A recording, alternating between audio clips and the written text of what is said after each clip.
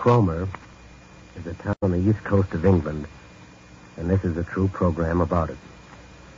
The program has to do with bombs and a postmaster and a rescue squad and an old church and a Spitfire and several other matters. And it takes a half hour.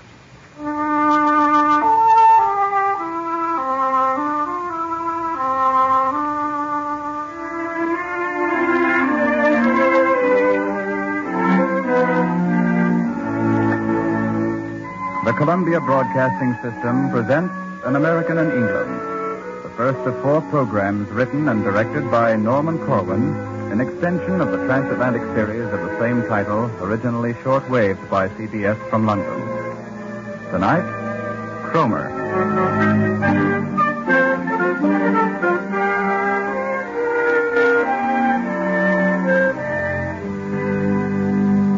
A town is like a person. It has a character, a complexion, a name. It has a set of habits. It's hardworking or lazy, rich or poor, handsome or ugly. Some towns never amount to much. Some get sick and die. Some grow big and powerful and lead their race.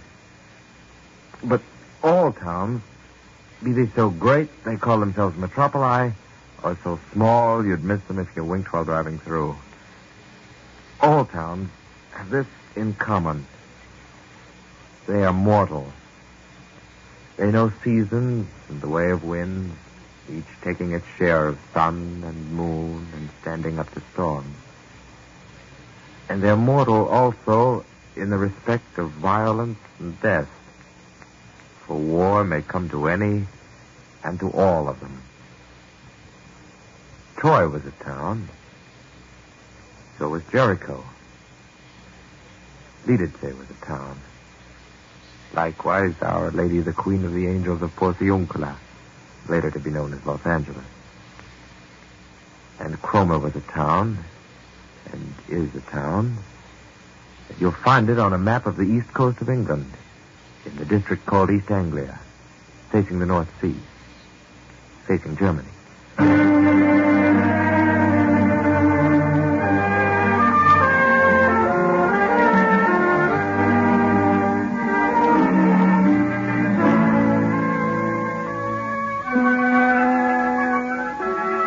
Set out by train for Cromer one sunny September morning from a station in the east end of London. Incidentally, you spelled it with a C, not a K. C-R-O-M-E-R, Cromer. The things you notice on a train ride in a front-line country are not much different from the things you notice on a train ride anywhere. Small talk overheard, the beard of the man sitting opposite, the pattern of the hole punched in your ticket by the conductor. Gained at Cambridge for Cromer. Yes, I know, thank you. The little differences in railway manners, such as the etchings on the walls of the compartments, and the fact that when the steward comes through to announce lunch, he doesn't yell, "First call for lunch," but says, "Those requiring lunch will please go forward to the dining coach." A lot of unimportant little things stick in your mind. In The Smoker, for example, I overheard 2 officers, a Canadian and an Englishman, talking very earnestly about the war. I thought. You know what they were saying? But what does Coca-Cola taste like? Cocoa? Well, no. It's sort of hard to describe. Does it taste like ginger? Oh, it's more like molasses. No, that's not right either. Or what's the other drink like? The Pepsi-Cola? Yes. Well, I don't really know how to describe that either. Or does it have a peppermint taste to it? No, it's about the same. Almost, I think. Things like that, you notice. They make up a journey. Also, cities and towns and fields freshly plowed, aircraft overhead. And, of course, you notice the weather, which changes every 15 minutes, like morning radio programs. When I got to Cromer, it was raining. I checked in at the police station, which is considered good form for visitors. Otherwise, you're liable to get pinched. May I see your passport? I handed the officer the original passport, which the State Department of the United States of America gave me as a farewell present when I left for England. And he fanned through it, studying all the visas and rubber stampings. Now, if I may see your national identity card. That's all I've troubled you for. No trouble at all. Nothing like making sure, is there? If you lived 16 and a half minutes flying time from a Nazi airdrome, you'd want to make sure who was poking his nose into your business, too. Yes, these are all right. Where are you staying in Cromer? Well, I've got a reservation at the Red Lion Hotel. I see.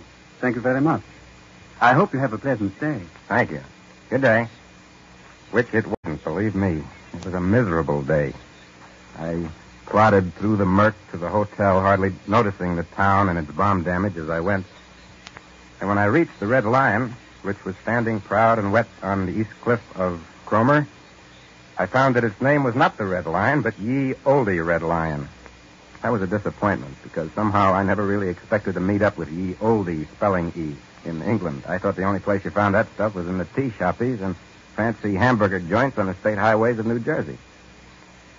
Well, anyway, after I registered, I went upstairs, hoping to kick my shoes off in a warm room overlooking the North Sea. The chief maid of the Red Lion preceded me. Here's your room, sir. Bathroom's down the hall. It wasn't a warm room, it was a cold room. It didn't overlook the North Sea, it overlooked a brick wall. Have you no rooms facing the sea? No, sir, we've closed all the front rooms. Closed them? Yes, sir, shut tight. What's the matter, ghosts? No, sir, on account of the blackout. How do you mean on account of the blackout? Well, you see, there's no way of checking from the waterfront to make sure there's no light coming from windows facing the sea. So we're not allowed to rent rooms facing the water. Mm-hmm. I hadn't thought of that. Yes, sir. So good day. You know how it is. You get in a place and right away you want to see what it looks like. I put on a raincoat and went out of the Red Lion into the gray day. The narrow streets were almost deserted. The buildings of the town seemed huddled together for warmth. The Hotel de Paris dripped sadly, as though grieving for the city whose name it bore. On High Street, a few shoppers went in and out of Rust department store. The pubs were closed until 4. I climbed Lighthouse Hill and sat on a rock looking down on Cromer and the sea. There it was, the unimportant town of Cromer, Norfolk County. That sleepy place with a mist on her. There was the church, the pier, the beach, the town, all in one tight little landscape. And I thought, as the gentle rain from heaven dripped down my neck, what could the Axis possibly want with a harmless little shore town on the North Sea? Obviously, the same things they did and managed to get in certain shore towns strung out along the Baltic. The Mediterranean, the Black Sea, the China Sea. They want your money and your life, that's all. They just want to own you and your country. What they got in shore spots like Trondheim and Manila, they'd like to get in Cromer and points west. By this time, I was cold and wet enough to leave Lighthouse Hill, which I did, in search of a pub. First one I came to had a sign over the door. Courage. Fully licensed. Name of an ale manufacturer who owns a chain of pubs. Maybe their ale gives you courage. I couldn't say. I happen to be drinking milder stuff. What's yours, please? Mild and bitter. Mild and bitter? Right. I leaned on the counter. Pretty soon a man came in. Middle-aged, looked like a businessman. He ordered ale, stood alongside for a bit, then, marking me as a stranger, started up a conversation. There's a very simple way to do that, and it's based on the universal taste for tobacco. I say, would you like a cigarette? Oh, thank you very much. He fell to talking, and it turned out he was a native of Cromer. He was proud of the town. And you should have seen this town in summer before the war. There wasn't a season went by we didn't handle 75,000 people here, including transients. That's all. Yes. Our 8 biggest hotels used to be jam-packed from June to September. The autumn rain kept beating down on the roof as he talked and made it hard to imagine Cromer ever having been a gay and busy and sunlit town. But he revived it and gave it life, lighting up the dim pub with his account of concerts on the pier and the pavilion crowded with fun makers and the putting greens and the bowling lawns doing business late into the night. And excellent bathing here, too. You know, one of the best things about Cromer is the fact that there's no objection to sunbathing. Oh, provided it's done decently, of course. Any fishing and boating? Oh, yes. Good catches of whiting and flatfish. You see, we're not far from the Norfolk Broad. Who are they? Who? Oh, no. That's down the coast. What about the weather here? That threw him on the defensive. I didn't mean the question that way. We're actually in the driest part of England. Now, as a matter of fact, the late Empress of Austria used to come here for her health. You mean the late Empress of the late Austria? Oh, yes, rather. Fill them up again, gentlemen. Yes, please. Yes. Here, I've got this. Oh, no, please. No, this is mine. For another round, this went on. The story of happy Cromer before the rise of the fascists. And then I asked him what the war had done to the town. And he told me 100 little stories of how life had changed here. How some of the men of Cromer had gone away to fight and had been killed, and some had stayed home and been killed. How the town's fishing and crabbing industry had been ruined, and 7 of its 8 hotels shut down. How the people stood up during the bombings, and how they organized to take on their share of the war. Then he lowered a glass of ale and said to me, Well, it's been a big job for a little town. We took our beating just like London and Coventry and Swansea and all the rest. And I think we've done a pretty well, considering. He looked at his watch and decided it was time to leave. I left with him.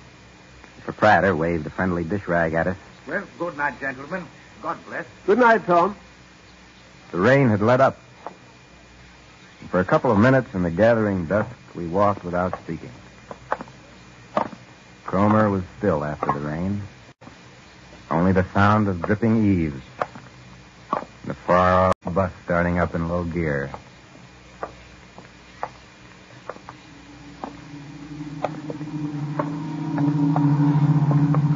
What's that, a Wellington? No, that's a Beaufort fighter, long-range fighter. Not making any local stops, is he? Oh, very fast ship, Beaufort fighter. Did you get many alerts here? Well, we've had our share. Sometimes the Jerrys come in low to avoid detection and drop bombs before we have a chance to sound an alert. It must make you feel nice and secure. Oh, don't worry. We do the same to them. I hope so. Incidentally, did you know that Cromer is the nearest place in the British Isles to Germany? Is that right? Mm-hmm. Well, my geography must be screwy. I always thought that Cromer... Hey, this place got a wax in it. Yes. Whole family wiped out here last July. What a mess. Man and his wife, her mother and father, 2 children, all killed. Gosh. I'd seen acres and acres of bomb damage in London, but they were all tidied up like the ruins of Pompeii by the time I got there. This was my first close-up of a house, just as it had been left by a high-explosive bomb. Would you like to walk on the ruins? Well, if it's all right to do so. Oh, yes, come on.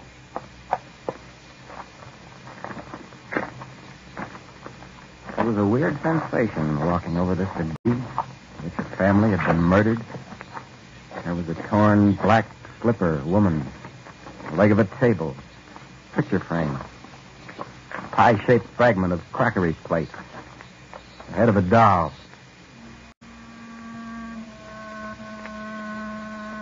Granny and Gramp and Mom and Pop and the kids. Dead. Done in by the fascists. The war of the Luftwaffe against the scullery table and the chest of drawers and the clean sheets in the linen closet.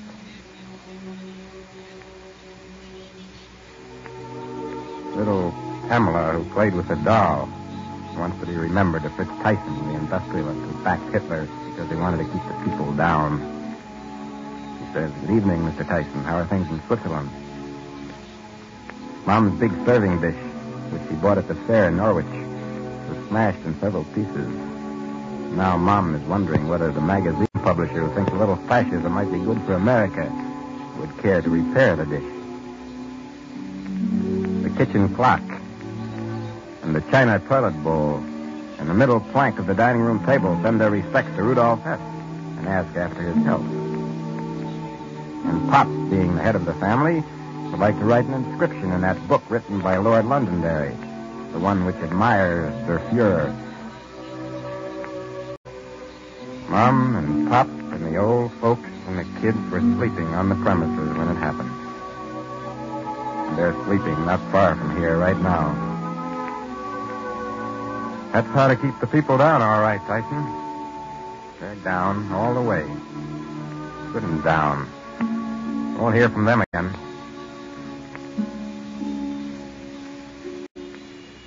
It was dark.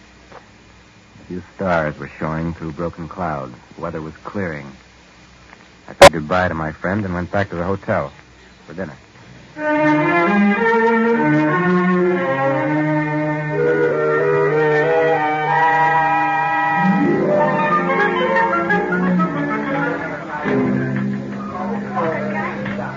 The maid of the Red Lion, the same one who showed me to my room, also waited on table.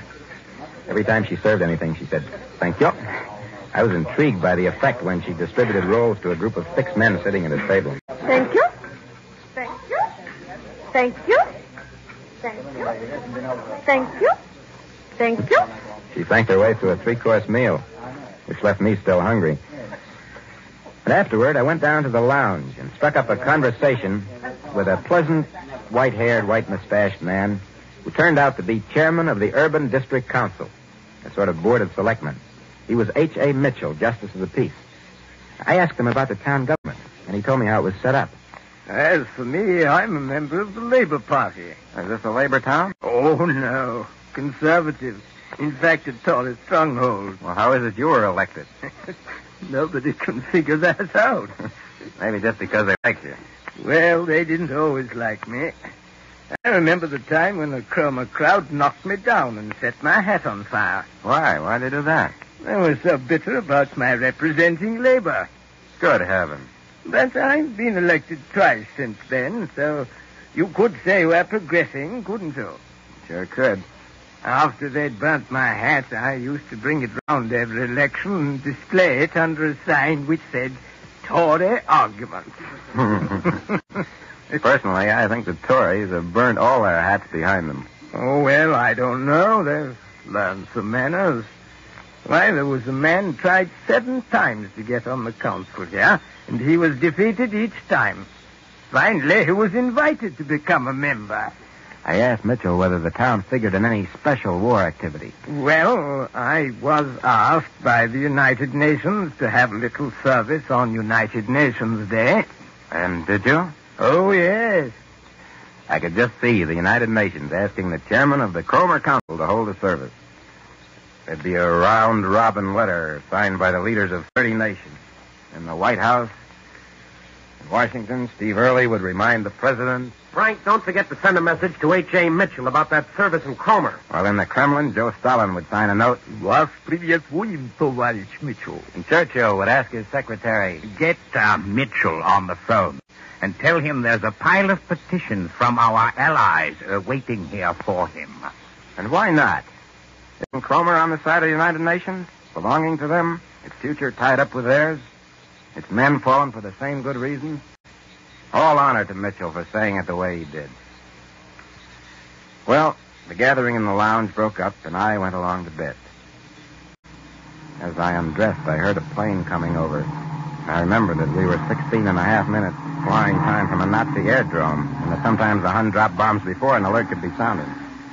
But having been 3 months in England, this troubled me the way it must have worried H.A. Mitchell. I slept like a rock on the Norfolk coast.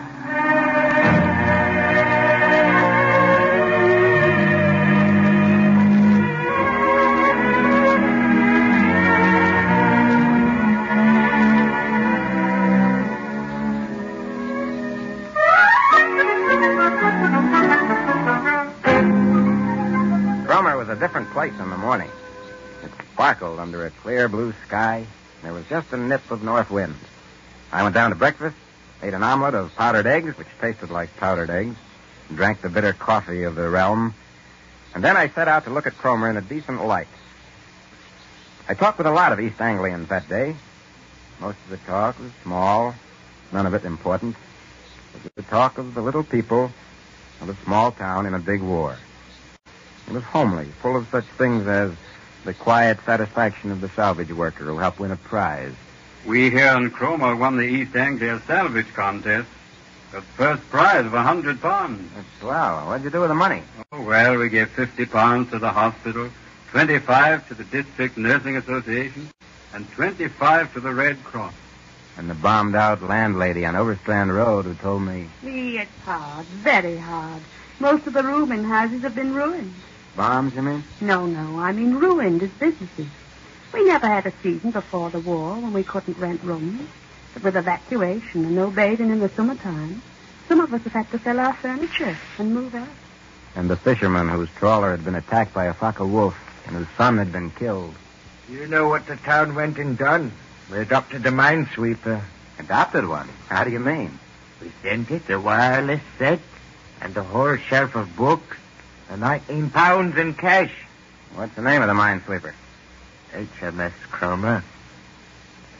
And then there was George Lusby, foreman of Cromer's rescue squad. Said he memorized the location of 300 shelters around town so he could find any one of them in the dark. It's very difficult in the dark to distinguish between bodies and rubble because the bodies are so covered with dust. Well, don't you ever feel squeamish? I mean, blood and stuff. Oh, you don't mind it when you're working on an emergency. It's when you get quiet moments later that reaction might set in. Worst things are the disappointments. What do you mean? Well, it's most disappointing to dig and dig. Find the man you're digging for is dead. I went down to the post office. It was opposite the church of St. Peter and St. Paul, and you could hear the organist practicing across the way. The postmaster explained that the stained glass windows of the church had been blown out when the bomb struck, and so there was nothing to stop the sound from crossing the street and filling the post office. We work in an odor of sanctity, you see. I asked him whether the post office had been much affected by the war. There's no comparison between the amount of mail we handle now and what we used to handle before the war. Lost any personnel? Our postman was injured when the office was hit, but there was no interruption in the service, though. The bomb struck around midnight. But in spite of the damage, we managed to get the 9 o'clock mail out on time the following morning. How on earth did you do it? Well, we moved everything we needed into the lecture hall of the Band of Hope. That's a teetotaler organization here in Cromer. We had to dig out our equipment and move it through the rain. What was that? German plane attacking? No, that's just a Spitfire. Gunnery practice. See, you can see the plane ahead of him towing the target sleeve. I watched this for a while. The accompaniment of Ye Holy Angels Bright from the church organ. And then I left to keep an appointment.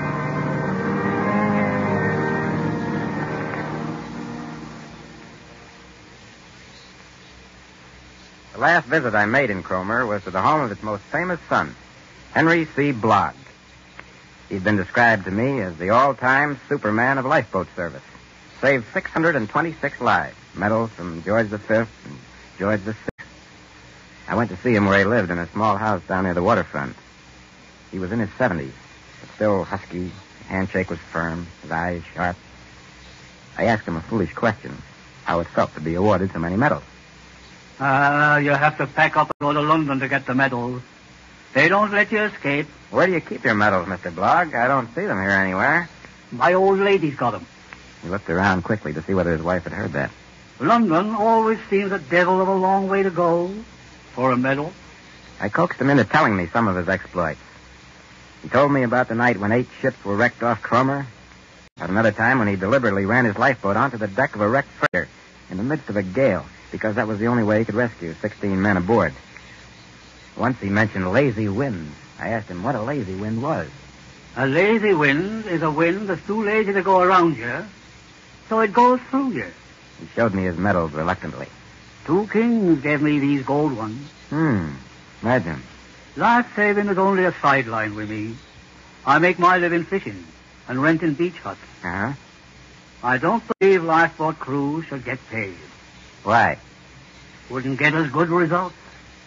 He was very firm about that. I figured he should know. After all, any man who saved 626 lives has earned the right to refuse to accept money for it. Well, I said goodbye to Mr. Blogg and headed back to the Red Lion. Drifted into the lounge of the hotel, sat by the bay window looking out on the sea. There was a copy of the Norwich News on the table, with headlines of a raid elsewhere in East Anglia that morning. And the man I met at the pub came in. Hello. Hello. He sat down beside me and asked me a leading question. Well, do you like what you've seen of Cromer? Yes, thank you very much. A good many things have changed here, you know. Is that so? Mm-hmm. But the changes are nothing compared to what we'll see when the war's over. You think so? Got to be changes. We've got to do better about getting along with other people. No reason all kinds of people can't be friends. That's right. We all of us had a lot of silly ideas before the war. Wouldn't you agree? Don't you think there'll be changes everywhere, right here? Here in Cromer? Certainly, why not? What's the matter with Cromer? Oh, nothing's the matter. Well, all I can say is that if there aren't changes in Cromer after the war, I mean good things, better things for everybody, then we've just been wasting our time, that's all. If not, I say, Cromer's just wasting its time. At that point, his eye happened to fall on the Norwich News, and he picked it up, got lost on page 1. I returned to the big window. It was getting dark in the east. The European night, with all its menace and secret movement, was even now over the country of the enemy. About a half-mile offshore, some cargo ships rode at anchor. And my thoughts rode at anchor, too. I thought of the faces I had seen that day. The faces of our allies here in the little town of Cromer. I thought of what these people had said to me. Cromer won the East Anglia salvage contest. Oh, you don't mind working in an emergency. It's when you get quiet moments later that reaction might set in. 2 kings gave me those gold medals. Better things for everybody. If not, Cromer's just wasting its time. I drew a bead on the first star of the evening, which had just risen on the horizon. And I wondered, as I gazed at it, about the biggest salvage contest of all time, and who would win it. I wondered whether, when the world gets quiet moments later, a new brand of reaction might not set in, and whether anything was being planned ahead to avoid it. I wondered whether, maybe on some golden day, humanity itself might not rate a medal in the greatest of the kings. Sorry, I've got to do the blackout. Excuse me. I don't know what it was that made me ask the maid, but I turned to her in a sort of a trance and said, "You don't think Cromer is wasting its time, do you?" She looked at me greatly puzzled and moved away, saying, No, I don't guess it is. and I've thought about it since. And the more I think of it, the more I'm sure that Cromer is not wasting its time.